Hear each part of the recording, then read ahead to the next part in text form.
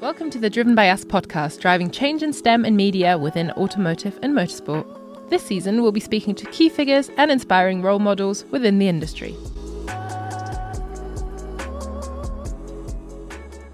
Hello and welcome back to the Driven by Us podcast, where we talk to some of the most inspiring and interesting voices in the automotive and motorsport industry. On today's episode, we have the lovely Ella Podmore. Welcome. Thank you. Right. So obviously, we know in great detail what you do, but for anyone who hasn't come across your content or met you before, can you tell us a little bit about who you are and what you do? Of course. Well, first and foremost, thank you for having me. Thank you for being This here. is really cool. I love Driven by Us and everything that the initiative does, the events. It's incredible. I've been associated and involved with them for a fair few years now. So moving on to a podcast setting seems natural, doesn't it? Yeah, it's got to be done. I know. Okay, so hi everyone. My name is Ella Podmore. I am an engineer by trade. I work in the automotive industry and I'm a materials engineer. Specifically, I work for McLaren Automotive, which is a luxury supercar brand. And I love cars, but more importantly, I love science. Like, science is exactly what gets me up in the morning, and the fact that it's associated with cars, is a great thing. But for me, I'm a nerdy girl at heart, and because I love what I do, I have a day job, but quite a lot of my time is spent encouraging young girls and boys to take science, technology, engineering and maths. So what we know as STEM subjects. And that is the biggest passion of mine. And it leads me to weird and wonderful things like what you're here today doing. I've been fortunate to be on this journey for about 7 years now.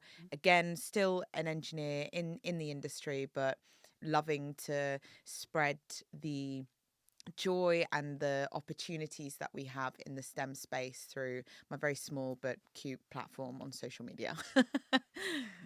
So what we're going to do first of all is take it right back to the beginning. What was it that made you fall in love with STEM, motorsport, autosport, everything sort of in that regard? So it would have started at school for me. I was lucky that I knew and appreciated what an engineer did from early on. And I think that is kind of a blessing because you don't study engineering at school. So you don't really know what the hell that's about, And I knew that I enjoyed science and I liked the logical thought process of fixing something. So I was like, I think I want to be an engineer, but my passion was for chemistry. I loved looking down microscopes and understanding equation reactions and stuff like that. So combining those two loves of chemistry, but then also in engineering, I explored a couple of topics that I wanted to go and study at university. And that took me down chemical engineering, took me down materials engineering. And that's the one that really hit home. I was like, oh my gosh, that's my thing. That's my thing. They were floating superconductive magnets. And I was like, this is really going to change the world. I want to be a part of this. So signed up, studied at Manchester University. Now, I knew materials engineering was the subject for me. I knew I wanted to be a materials engineer, but the passion for cars kind of was instilled in me for ever since I can remember. It wasn't necessarily something that I wanted to aspire to work in, but it was something that I wanted to just enjoy. It was something I grew up with, watching various TV shows with my dad, my brothers. They were all into cars, and so it was familiar. Going to Grand Prix, watching it on the TV, learning about when a new car is launched and having that dinner conversation with your family and friends about it. That was familiarity and it was comforting, and I just thought it would be something that I would enjoy for the rest of my life. But then when it got to applying for internships at university, I was like, well, hang on, let's combine two loves here. And the rest is history ever since that internship, really. Was there ever a fear when you were applying for your internships that something that you were kind of passionate about in regards to sort of automotive motorsport would become sort of part of the day job per se, rather than kind of just a passion, something that you sort of enjoy in your spare time? It's a really good question, and I'd love to say, yeah, I considered it. No, at that stage, You were like, I just want to do this. you know what? It was like, you know what it's like when you're applying for jobs, you're applying for internship, you're sending off hundreds and hundreds of like applications and letters. McLaren didn't really have necessarily like a application online form that you filled out. It was a letter that I sent. Wow. And I sent it off. I thought, I've got nothing to lose. And you're in that mentality as a student. I was like, send it. That one stuck. And I was like, oh my goodness, I love McLaren. Like, da-da-da-da. Yeah. And then it was just fortunate that I got to experience that and was able to demonstrate my knowledge for it. But no, it didn't really dawn on me the fact that if I actually saw how my dream car was made and I didn't like it, that might be, dream shattering. So in terms of, obviously you mentioned like internship sort of work experience, is that sort of how you made your way into the industry, or was that sort of a thing part to that once you finished uni and then started a new process? Yeah, you're right. It was the start of the process with my internship. And I think anyone who wants to be an engineer, wants to get into the STEM space, I think it's something to look out for. These internships are like gold dust. They're difficult and quite competitive to get onto, but once you are on one, even if it's for a different company that you see to aspire to work later on, it gets you that experience. And it was the crucial thing for me was getting on that internship and figuring out what a company felt like to work for. And once you're in the mix, then you can start to figure out, actually, they've got kind of limited resource in that, or they would love to know more about that, but they just don't have budget for it yet. Like, you start to understand sort of untapped area of science that you could explore. And that was my ticket back. So after doing my internship, I took away a topic where I thought that I could focus my master's thesis on, that I knew McLaren would like to find the answer out of. Right. And I thought, right, well, this will be applicable to the automotive industry. It will be applicable to McLaren. Took it away, completed my thesis, and that makes you a desirable candidate when you graduate, right? So, and that's the consistent across all industries. It's that giving you purpose. It's difficult when you're an engineer and you're studying at university and you're given topics and projects by your university advisor, and you're like, okay, I'll just fix this, and you have no reasoning as to why you're doing that. You're like, I think I've done it. I don't know what that was for. But then if you know you're fixing it to make a car go faster, or you know you're fixing it to keep production line moving, it gives you that drive and purpose. And I think they're incredible experiences if you're interested in getting into that kind of route. So finding that sort of gap in almost what McLaren needed to then use that almost to your own advantage kind of thing. Yeah, leverage. Do you think that was always something you even did like at school, like even from a younger age, where you were like, I want to find out this thing that no one knows? Or was that something that you developed kind of as you got older, sort of A-levels, university kind of age? Definitely developed. You know, when I was younger, I did it for the love of things. I would never sort of do or find stuff out because I was like, oh, this will, this will, I could use this. No. I did it because I was like, that atom is cool. And then, of course, when you're in that, again, another reason why you should consider it, when you're in a business environment, you start to understand like the different movers and shakers on how you do things, right? So the difference of being an engineer rather than a scientist is that you're broadcasting your idea and making sure that the whole company is benefiting from it. It's a lot of communication. It's not purely research driven. It's budget driven. It's timeline driven. And so part of that understanding in that internship year was to understand, okay, how can I get myself back here? And you start to understand, I hate to call it a political game, but you start to understand that people element. Works. Yeah. And so that was definitely something I learned. I wasn't going up through primary school that way. That's fair enough. So obviously the cars that McLaren produces are not sort of your first car, couple of grand type ones. Have you ever sort of worked on kind of those sort of, I don't want to call them lower budget cars, that sounds awful, but your sort of average user sort of road car and kind of done any sort of engineering in regards to those? Or has it always been your sort of supercars? Like, it has always been supercars. I mean, I did my internship with them went back into a full-time position after university. So it's actually been the only company that I've worked for, which you can see positives and negatives for. But for me, I love the automotive industry, of course, but I think I would always be that performance element of engineering. I was like, I enjoyed sports when I was younger. I was always about like making up those seconds or drive to be better and stuff. And at the moment, I mean, this could all change, but at the moment, I can't see myself doing something that's, just for domestic or function. Yeah. Which is important. For the Don't get sake me of it. wrong. Yeah, it's important.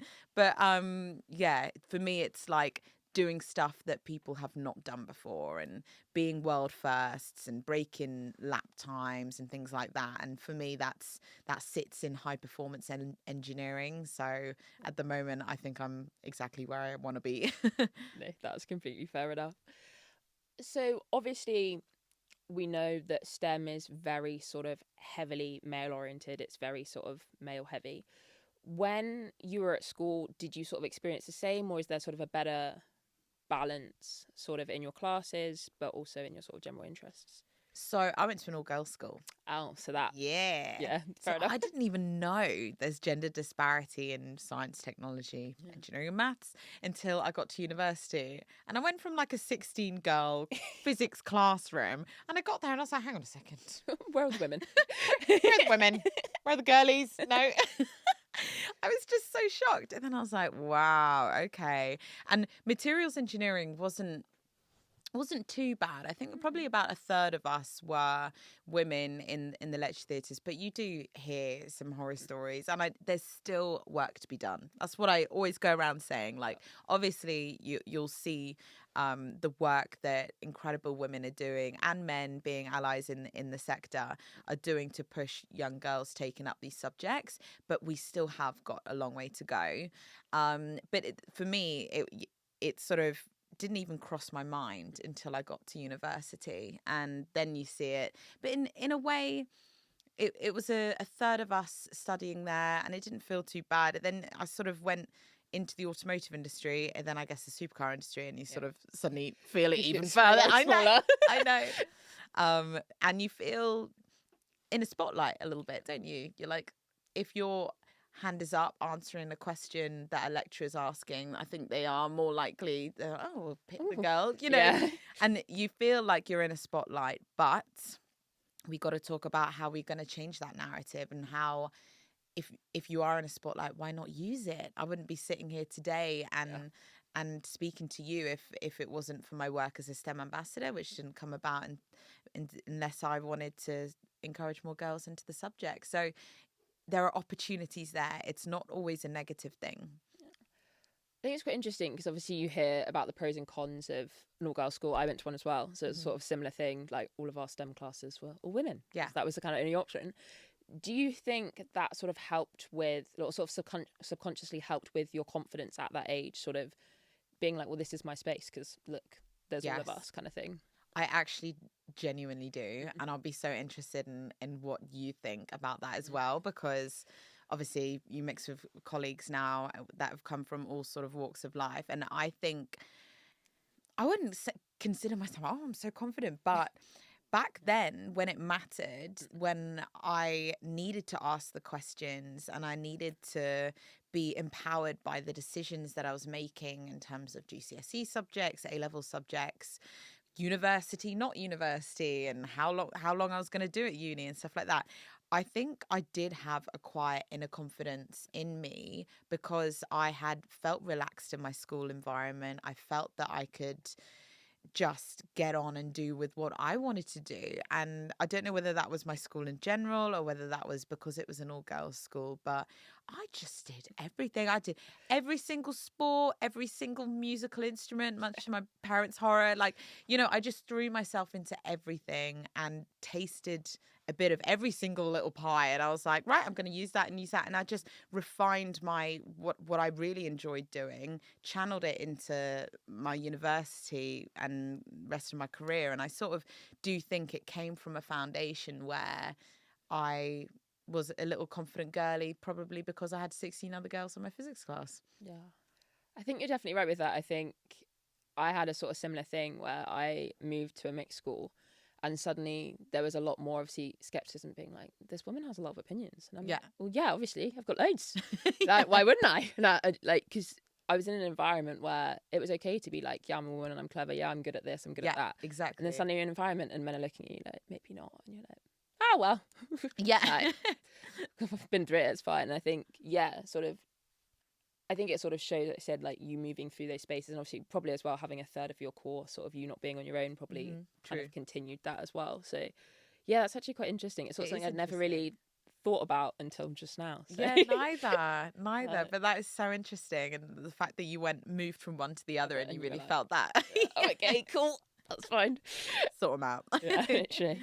So obviously, like we just said, like you didn't have that sort of gender disparity issue, like at that age, given the lack of males in the school. But did you find anything else sort of challenging, or anything that sort of set you back sort of around that time and sort of your formative years up to university? Up to university, whilst I was at university? Yeah, just sort of including that time as well. Gosh, I mean, those years are so fundamental for you to understand the individual that you're going on to be, right? And let alone making those big decisions. I think I always sort of pride myself in time management, and I think that those years of sort of leaving school, going into university were the crucial ones where I understood like how important it was, but then how stressful it can be. You're balancing subject after subject after subject. You're trying to be the first team athlete. You're trying to be the lead flautist in the orchestra. It's so crazy. And I do say to students now, never in your life are you going to have like this kind of huge variety of stuff going on, but like live and breathe every second, like enjoy the variety, because you'll only find yourself sort of getting more and more niche, whether it is just committing to one instrument or like enjoying a job in a very particular sector. But you've got to sort of enjoy the beauty of being a student and learning. It feels exhausting and so overwhelming when you're in it, but I think that time management thing was something that I learned during those years that I did find stressful. I was a people pleaser. I'll sign myself up to everything. And like my schedule would be like do.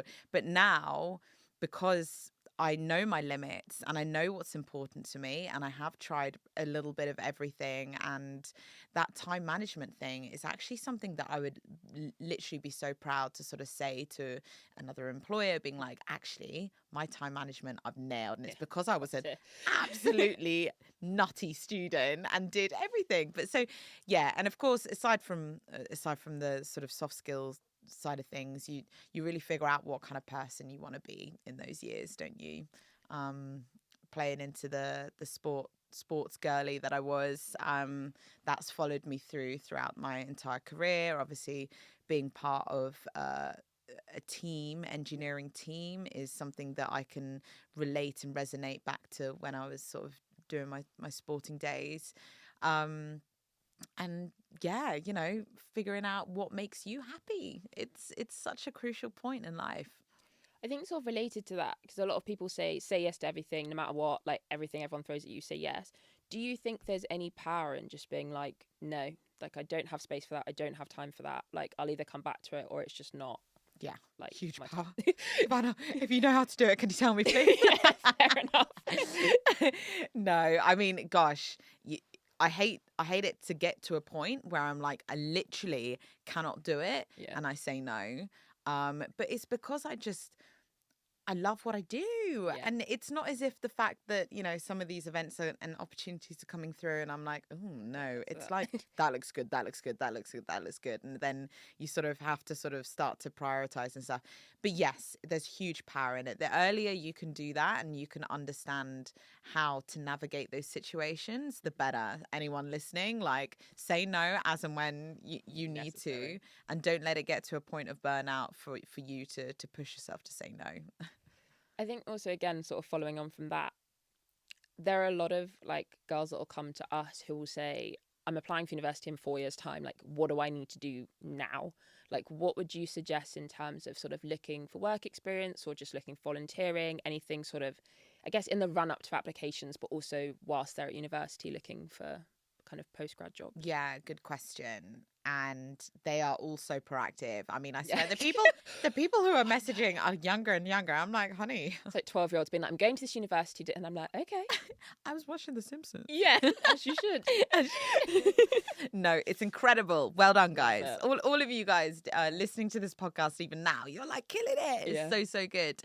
So my recommendations would be to get as much variety as possible. So I did all sorts of weird and wonderful stuff, from going to investment banks and doing insight weeks into that, going on construction sites, going down water plants, and being part of like manufacturing. You know, the variety. Oh God, nuclear. I was in some sort of nuclear. But yeah, do you know? But going through all these different opportunities, and even if it's a coffee with someone, or if it is a full week, or if it's shadowing someone for a day, you start to understand what that looks like. Yeah. And you can start crossing it off. It's not necessarily finding your passion within the first week of you doing it. I actually found it was like, oh, okay, that industry's not for me. That's not for me. And the variety is what enabled me to make my choice. And I think it's easier when you're younger to get that variety, because it's not as specialized anymore. So you can, not as specialized yet. So they can go and explore and ask for a day here and there and a work experience week and stuff. So I would really, really build up the variety, and you can play on that in your CV, your personal statement, your cover letter, by the skills and the things that you learn from it. Don't worry the fact that you spent 2 weeks on a construction site, but actually now you're wanting to work in a research lab. Don't worry about that, because the skills are what is going to make it transferable, and it will be your duty to sort of pull out these skills. On construction, you were listening to particular processes, orders, you were taught discipline, like all these little things that you can then relate back to your next experience. But the variety is what helped me. The variety is what sort of made me the person that I am today. So I think that would be my piece of advice, to explore as much as you can whilst you can during those younger years. It's quite interesting, actually, because I remember we did an International Women in Engineering Day event that you hosted the panel for, and I just remember one of the panelists going, yeah, so I signed up for medicine. I did a week there, dropped out my medicine course. She was like, absolutely not. Like, not for me, cannot do it. But that was like, until that moment, heart set on it. That's what she was going to be doing. And then went, this is, no, like, definitely not. Yeah.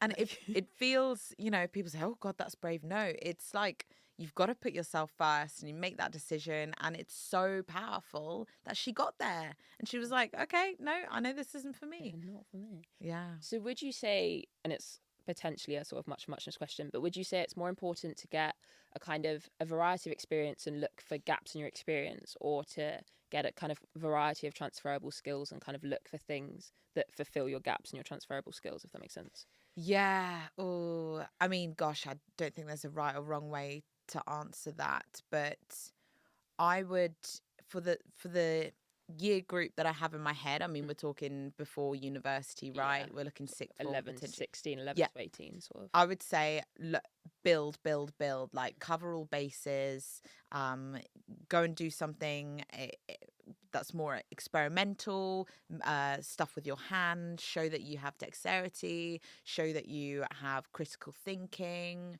If you're able to get any experience in an office environment, corporate, like start bolstering you and your application with those different sort of avenues you can explore. Fill the gaps, I think, would be my advice at that age. And then when you have done that, then you can go and explore the specialties that did actually catch your interest on second time round. But then at least you have that beautiful foundation where if you suddenly do change last minute, and people do, and that's okay, just like you were saying with the medicine degree, you will have something to fall back on, because you have built that skill set and all those different opportunities that you went through, you'll have something to fall back on. Whereas if you commit all your eggs to one basket straight away, then you might not have something to pull out of the bag if you do change your mind. Fair enough.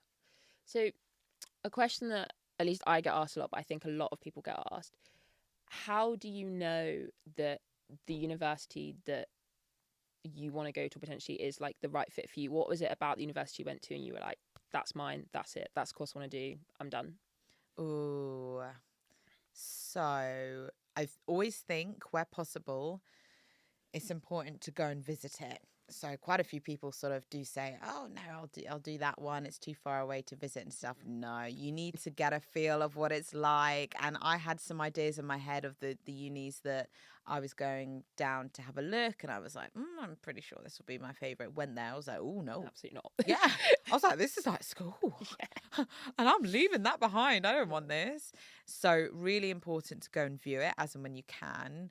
And advice to always join a society, find like a community, find a tribe, whatever.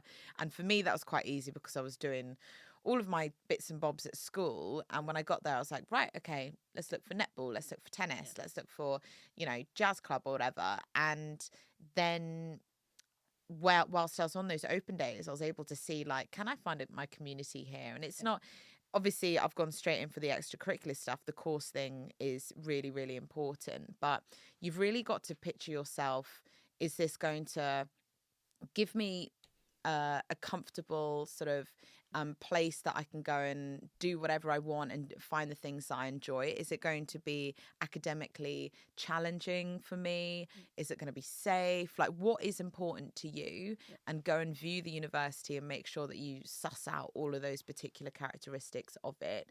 I think I went to Manchester, and the reason I went to Manchester, it was excellent for material science and engineering. It was isolated graphene. Big shout out to the material there, because that was the reason why I studied it. It was so cool. And if I went there, I could be taught by, incredible people who have just isolated a groundbreaking material, great state-of-the-art facilities and stuff. They also had industrial links, and I wanted to get into industry. We talked about me wanting to be an engineer, so the fact that they had that was another tick. And it also was a city environment. You have to weigh up whether it's a campus, does it feel like school, or do you want to go out and explore a city, do you want it smaller? Like, you've got to consider absolutely everything. But I think until you know what you want, it makes it very, very difficult. So you're picking university for you. Everyone listening, you're not picking it for your parents, you're picking it for you.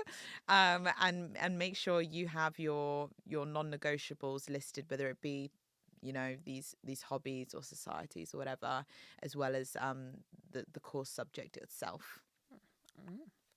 So going sort of more back to the stuff that you're doing now, what's one thing that anyone who wants to do what you do, kind of, or work their way up to doing what you do, should know about sort of the industry, the environment, the work that you do before they sort of come into it? Good question. I think, rather than sort of say like, oh, the material science side of things, of course, like having a technical expertise in material science would be pretty useful. But I would say to not be afraid of failure. Now, this to me, it's a cheesy line, but just bear with me, Susanna, okay? And it basically, I think, especially in engineering, science and stuff, you are wanting to fail. You're wanting to have experiments and tests that don't go quite right, because then you can learn from it. You're wanting to have something to guide your next decision and to improve a product later down the line. And I think going through the school systems and the curriculums that you have now, the exams, the pressure, right? It's so overwhelming. And I think the quicker you can understand that not everything is going to be like your A-level tests or your coursework where you have to get the best grades, the quicker you can understand that, the easier adapting to that kind of work life is going to be. And McLaren is no stranger to that. I think I understand very quickly that McLaren wants you to fail fast and learn quicker. It's Yeah. not about the fact that your test was right first time. If anything, that's kind of annoying because then they haven't learned much from it. They've Yeah. just sort of put something on a car and they're like, okay, well, it Works. works, but we don't know why. Yeah. And so changing the way that you think about having to be the perfectionist every time was something that was huge. And I think if you are budding scientists and engineers and you're listening to this, the quicker you can understand that and not have an unhealthy relationship with failure, the better person and engineer you're going to be, because you're able to pick yourself up. What did you learn from it? How did you adapt? And this kind of, you know, incredible world of motorsport and F1 teams and things like that, they it's adaptability. Yeah. And that comes from understanding and embracing failure. Would you say that sort of that resilience and, like I say, adaptability is sort of more so to do with the individual, the environment, or do you think it's sort of a 50-50 split or anywhere in between? I think it's the environment. So you have to be able to adapt. And I think, you know, having worked there for a few years now, people who don't have that natural ability to sort of chop and change then don't do as well.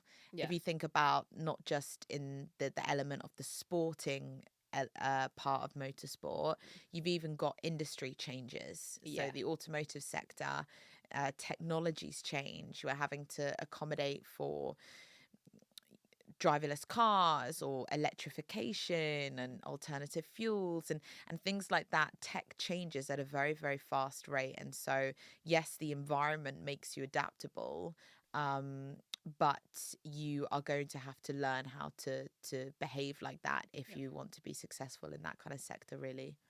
Do you have any sort of specific role models or women, like, in your life or sort of on a broader scope that you looked up to when you were younger or even now that sort of help you to sort of push that a little bit further? Yeah, gosh. I think the role model conversation is really important. Everyone should have role models. I have got loads of role models. I think it's, you don't necessarily have to have people in your sort of career pathway that you're like, oh, okay, I want to be that person, because for women, for ethnic minorities, that might not happen at a fast enough rate, you know? Yeah. So, yes, aim for role models. But, like, for instance, okay, my biggest role model growing up was Beyonce, because obviously. How quick you answered. That was so funny. Yes, she agrees.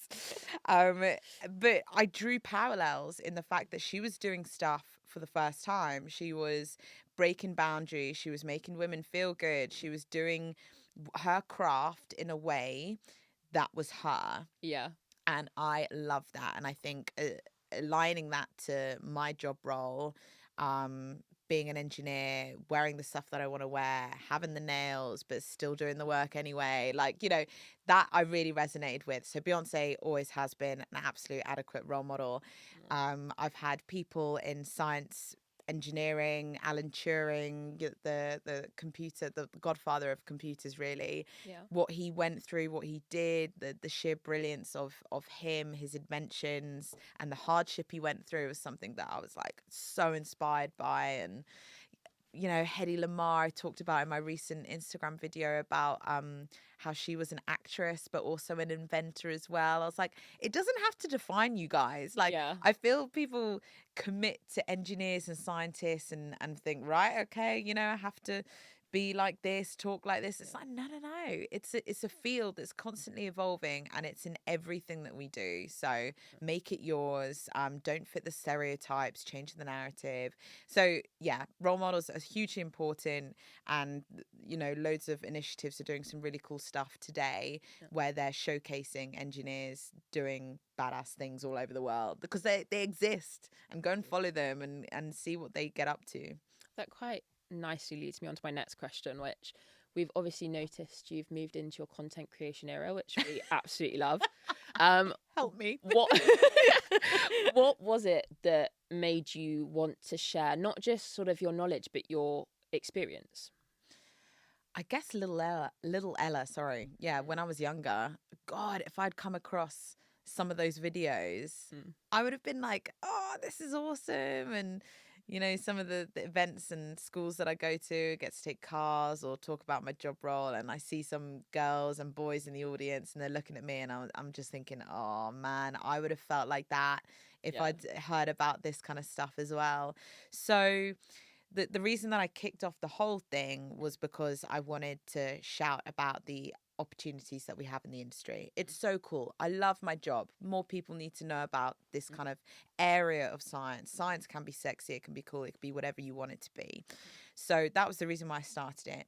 The reason that I've really started to commit and sort of be consistent with it is because the power of social media is actually so crazy. And now that I've been fortunate enough to be in some circles where decisions are being made, curriculums are being set for science and engineering in this country, and I'm sitting around with some like really powerful people, and they're sitting there being like, yeah, the way we're going to make a difference is putting an engineering fair in everyone's village hall.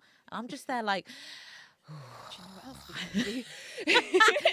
like, I have ideas. I know. And I'm just, sometimes I want to shake them and think like, right, wake up. No, the power is in social media. And it does make me angry when you think and hear of work environments where they're like, oh no, you can't go on social media. It's like, we need to align all of this, because the most influential thing for young girls and boys right now is social media. They want to be what they can see. It's all in that visualization element of it.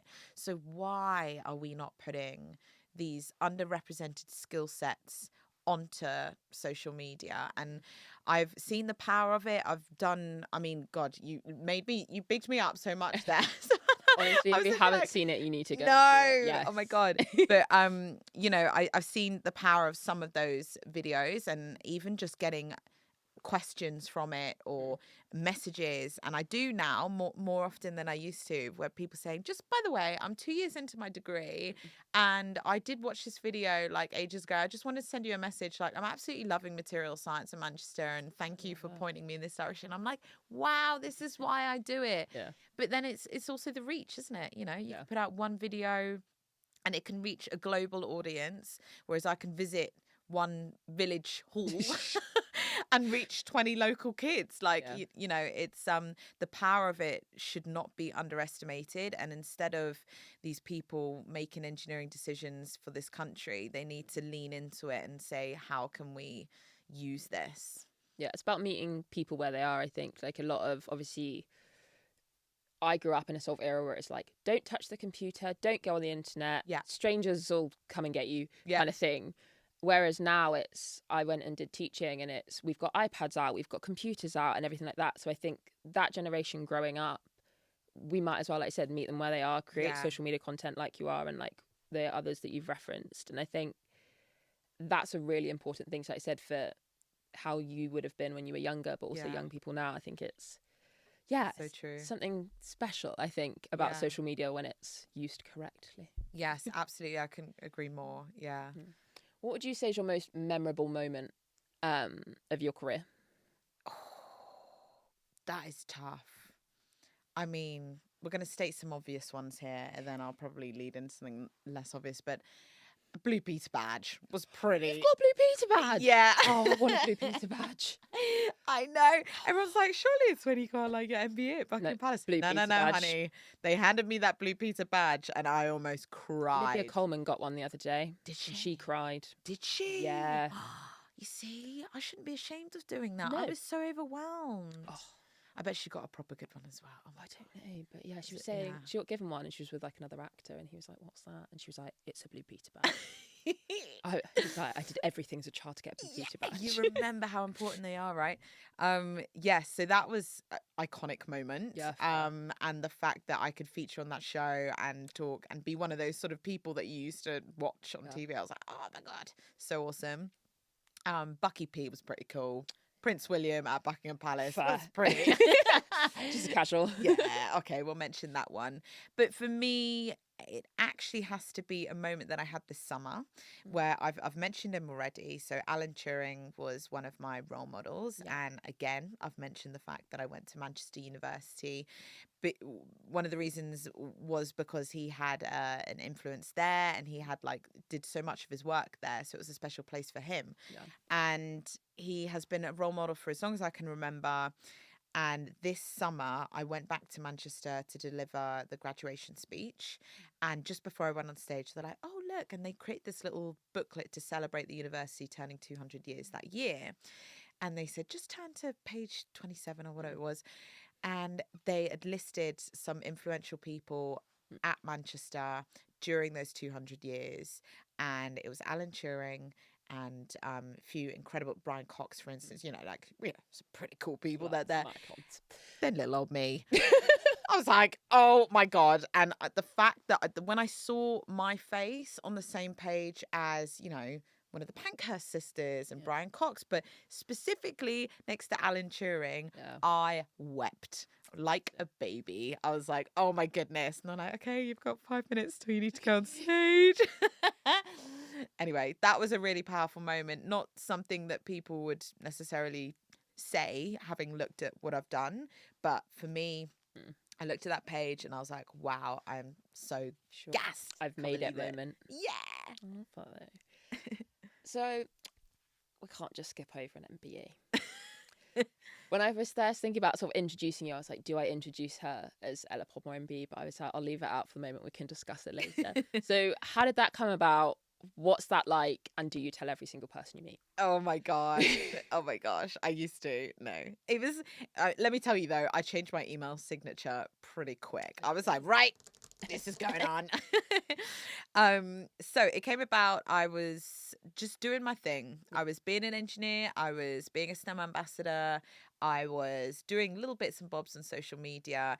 But what people I think didn't really realize is that I was committing so much of my time to the cause because I loved it. Weekends, evenings, mentoring students, giving up my time, volunteering it, absolutely everything.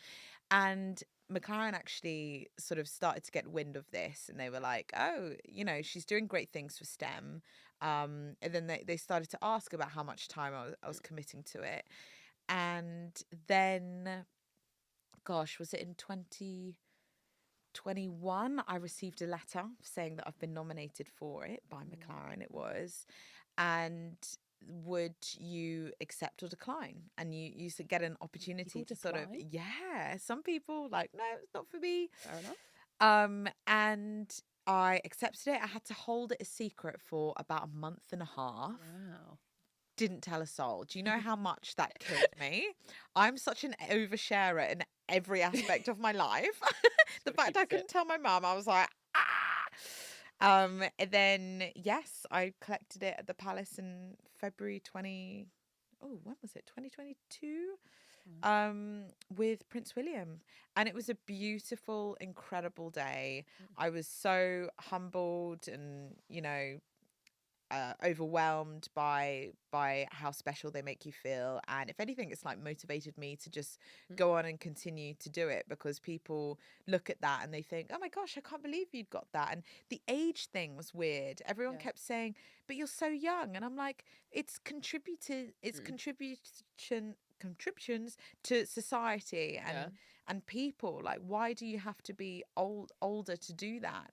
And so I'm sort of hoping that allows people to aim for the stars and do whatever they want at any age in their life. So I think given as well how busy you would have been with work and then dedicating your spare time to, like I said, you end up being ambassadors for multiple things, like doing all the extra work you do, doing things like this. I think a lot of people don't realize that they can do that almost. I think they're so, I need to get to here, I need to get to this point in my career, that all of the stuff they might have done when they were younger, they then go back to, say, 35, 40 when they feel like they've got a little bit sort of more space for it. Yeah, that's true. Yeah. So I think maybe, I don't know, but it's proof it can be done. So Thank you. Yeah, it was really cool. I still get it out sometimes to have a cup of tea. Yeah, just put it on in a hoodie, pajamas. I'm like, oh, there it is. People say that about Olympic medals though. They just sort of walk around with them and they're like, I did this. Yeah, that's cool. Having a bad day, be like, I have an MBE. It's fine. So last couple of questions. So looking back on your life, but also things that you have planned, what do you hope your impact on the industry will be, sort of your further impact? Wow. So, gosh, it has to be that science is for everyone and it's behind everything. Yeah. I think that's got to be it. You know, every girl, every ethnic minority, every boy, every able and disabled, like anyone can do science, engineering. And I want to shed the stereotypes that you have to be super brainy to do it. You have to be good at this. You have to look like this. You have to sacrifice this. Like, it's literally for everyone. I think if I leave the industry and leave my job and have made a marginal impact on that, and just a few more people sort of say, like, I would never consider it, but now I've seen what you do and now I do, then life journey made. Like, that's got to be what it is at the heart of everything at the moment. I'm having a great time doing it. The journey is wild, but that would be the reason. So, final one. So it's what we call our post-race celebrations. So we would love for you to answer a question that our previous guest, Jenny, has left for you. Some of them have been really intense questions, some of them not so much. Jenny would like to know, what's your favourite kind of pasta? And I would like to know, can you relate that to motorsport? Oh my goodness. My favourite kind of pasta. This has completely overwhelmed me. Okay. Yeah. So, it's either tagliatelle, because it's giving hybrid between something like a penne and a spaghetti. Right, yep. So I can still do the twirl and I can still like wind it up, and I love that because that's like getting you all the sauce and scooping up everything. You can capture a mushroom and a piece of bacon in there as well. Yeah. But then also it gives I think it's easier to eat than spaghetti, and I can't explain that. But that is the feeling that I have. Now, to answer your question, can I relate that to motorsport in any way? Jeez. What I'll have to say is, because of how it's sort of made and manufactured, you can like fit so much of it in there. Yeah. And I'm thinking I'm going to relate this weirdly to like elastomer chains, polymer chains, material science. When they're all cross-linked and like all moved in long chains together, you can actually squash them a lot closer together and do some pretty cool stuff with materials as well. That was a very long-winded way of saying that. But yes, let's say tagliatelle is like the cross-linking monomer chains in F1 tyres. There we go. I said earlier when I was, we were sort of chatting about it earlier about this pasta question. I was like, if anyone can relate to motorsport, it will be Ella. I was like, without a doubt. Oh my God. It was so long-winded, but there you are, honey. Yeah, well, now if anyone ever gets asked that question in an interview, they've got an answer. So final thing that we need from you is, can you ask a question to our next guest, which may be at the start of next season. Okay. You don't get to find out who it is, though. You just got to ask them a question. Okay. Their question is going to be, describe a time in your life where you were happiest. What was your happiest moment? It can be on track, off track, personal life, work life. Where were you your happiest? That's such a wholesome end to this. I absolutely love it. Thank you so much for coming and talking to us. It's been a pleasure to have you. Thank you. Thanks for having me. It's been really, really cool.